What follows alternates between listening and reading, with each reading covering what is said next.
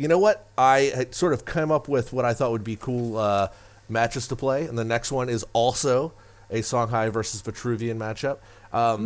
It's going to feature Utracjusz, who won the last tournament. So why don't we take a Okay. look-see at how that one pans out? What are your thoughts on this in a vacuum? So I know we just saw Songhai win. Do you think that Songhai's favored generally, or is it just that just how the things broke out, or what are your thoughts here? I think that when you go up against Songhai, their ability to move to all four corners of the map probably is faster than any other faction can possibly compete with.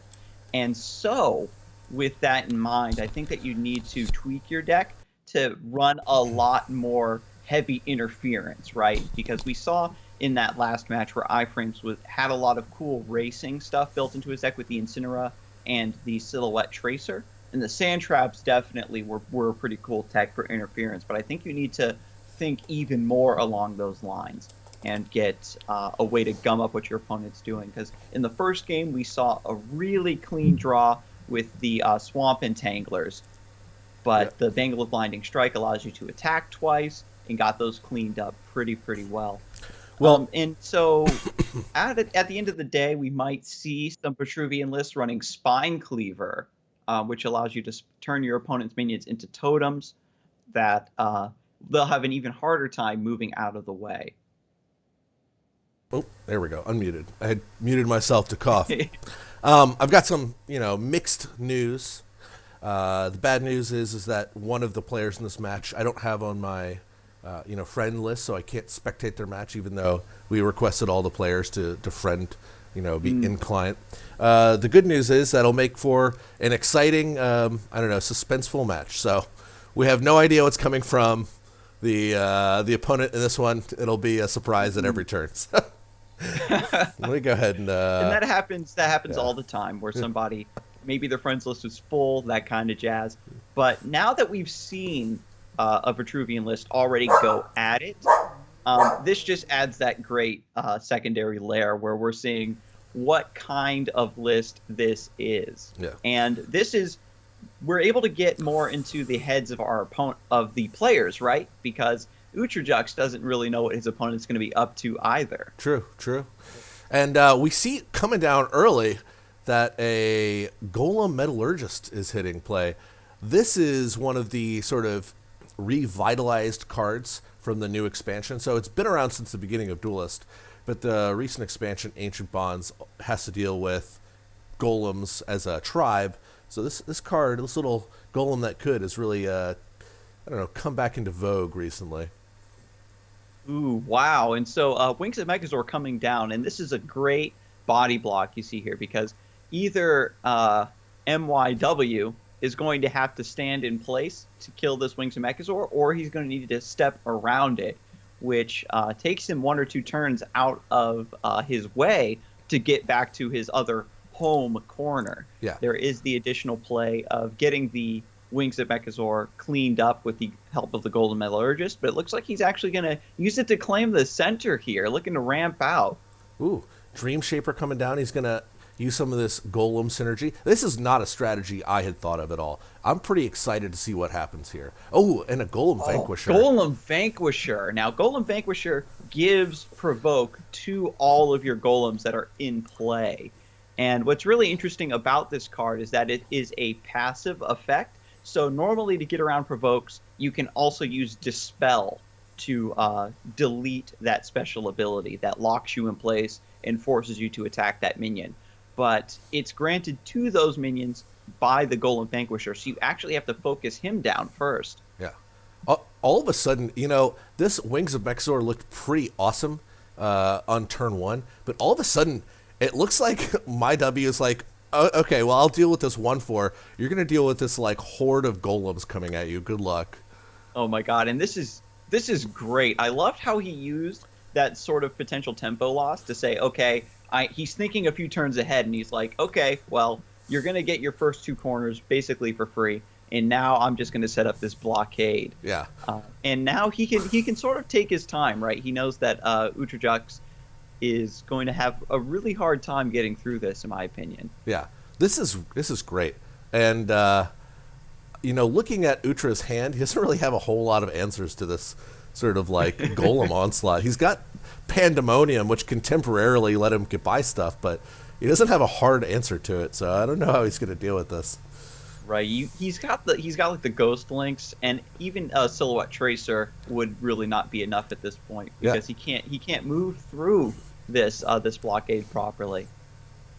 All right, so LQ and Lore Master coming down. I don't think did it pick up anything. It didn't actually get anything. Yeah, it's just there is another body block. So Utra losing out on a lot of value, in my opinion, potentially, just to keep MYW down from getting to his home corner. Yeah. The thing with Songhai is that they rely on racing so much that they almost can't build a lot of answers into their decks. And I think that MYW might have been able to properly capitalize on this finally. Yeah, like I'm super impressed with the strategy. It's not one that was on my radar.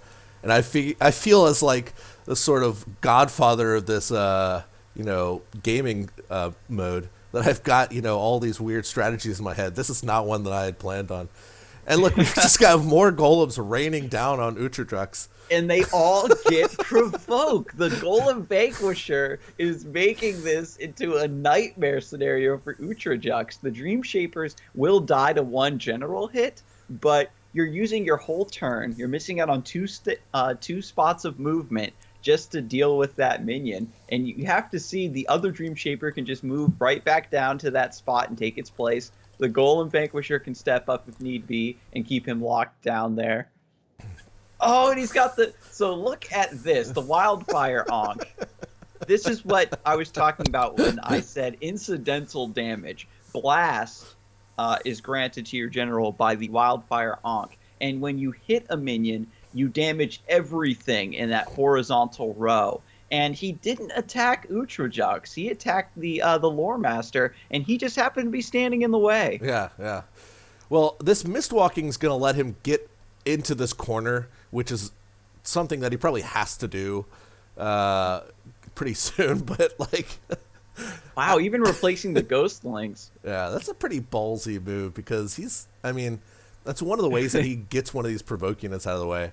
One thing that, Utracjusz may just be planning on is like hopping into this corner and then waiting until 7 mana, which is only like a 1-turn break, and just paddling right next to him and hoping to fly across the screen or something like that. Oh yes, when all hope seems lost, you have to rely on Pado in the memes to see you through. So in one of our player test games, not test games, but I would challenge players if they wanted to play this format. Someone went to a corner and then paddled themselves all the way to another corner. It was the most sick paddle I've ever seen. All right. And it just has the potential to really shake things up. Pado has airdrop, and it shuffles anything that you drop it next to a random spot on the board. Yeah, it was Zohan who's in chat. It's the sickest Pado I've ever seen. Oh, man. All right, did you see what just happened? He equipped Spine Cleaver. Oh, man. The Spine Cleaver. So here it is. So for those who don't know, Spine Cleaver is another Vitruvian artifact. Whenever the opposing minion is killed by the general, it's turned into this totem. It's an 0/4 friendly totem, but at the end of every single turn, it's going to deal you a damage. So this sort of puts a fast clock on Utracjusz. He's got to win in like 9 turns, or else he just dies to his own totem.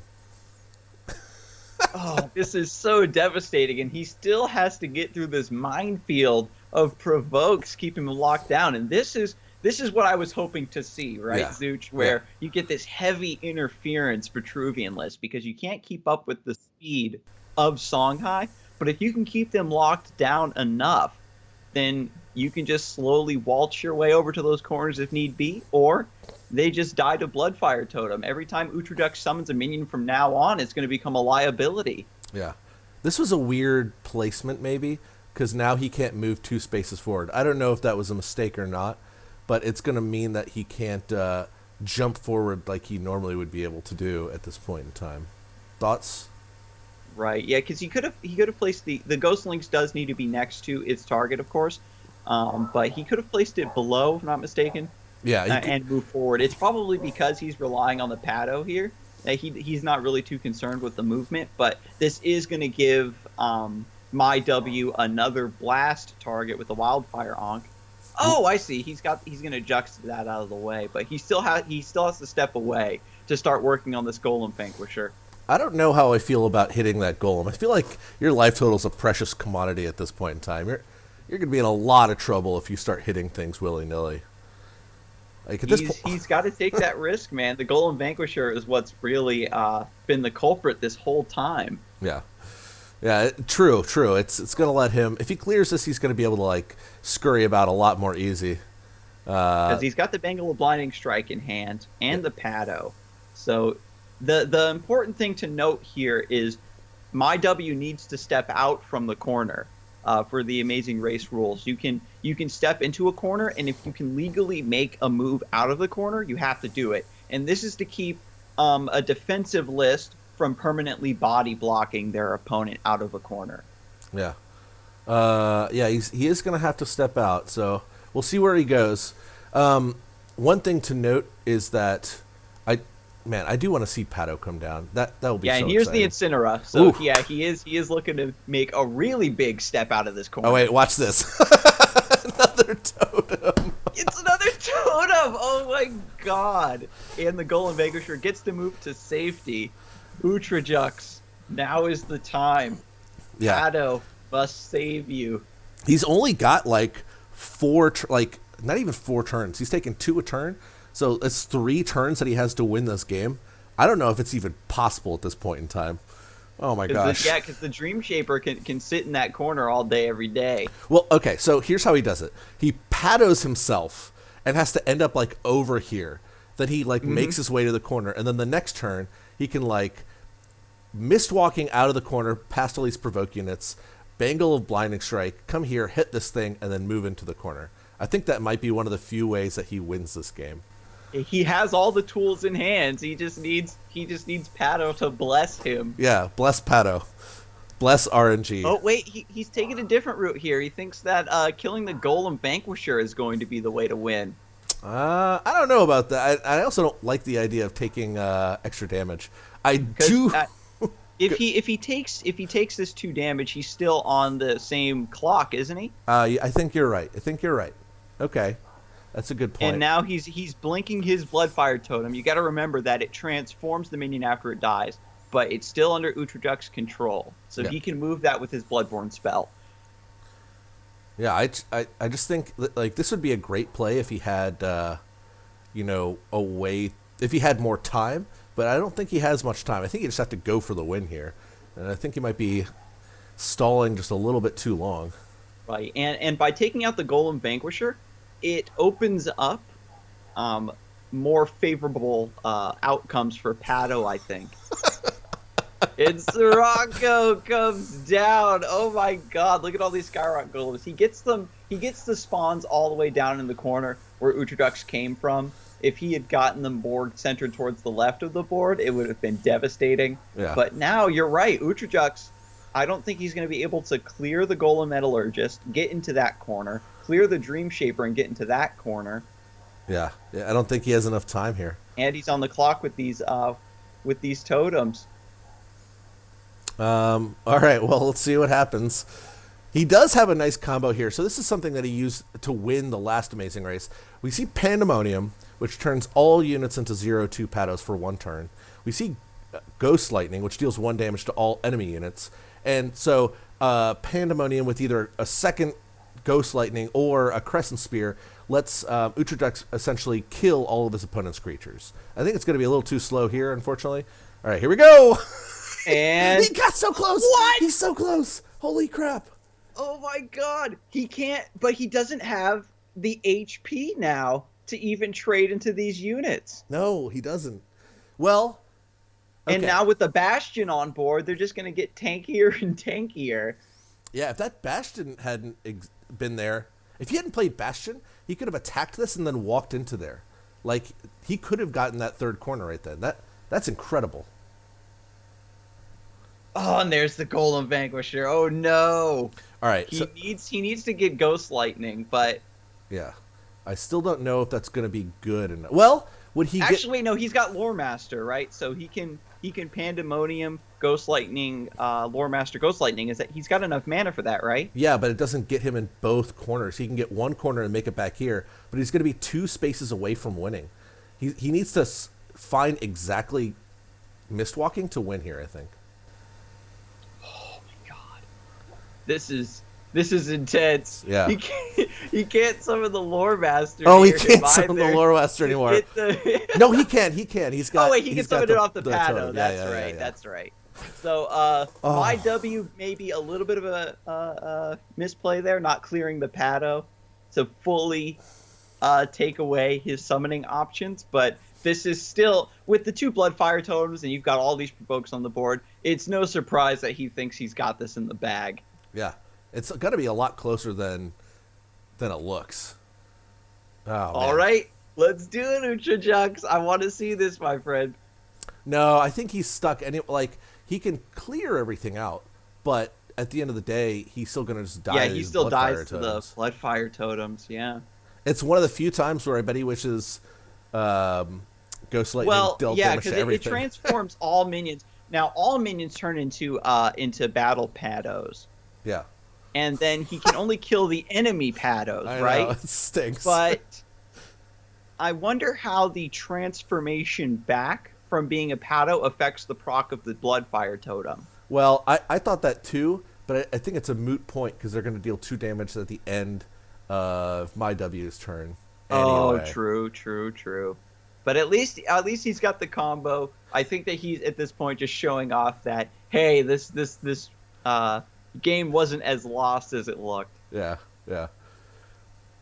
All right, so my W is going to end up Silhouette Tracing. And anyways, He's it's a moot actually going to point. go to the corner. It's a moot Wow, point. so if he wins, he gets to the 4th quarter to win the race portion instead of just burning his opponent down. He got the double victory. He got the double kill. He killed them both at the same time. Or it's both ways.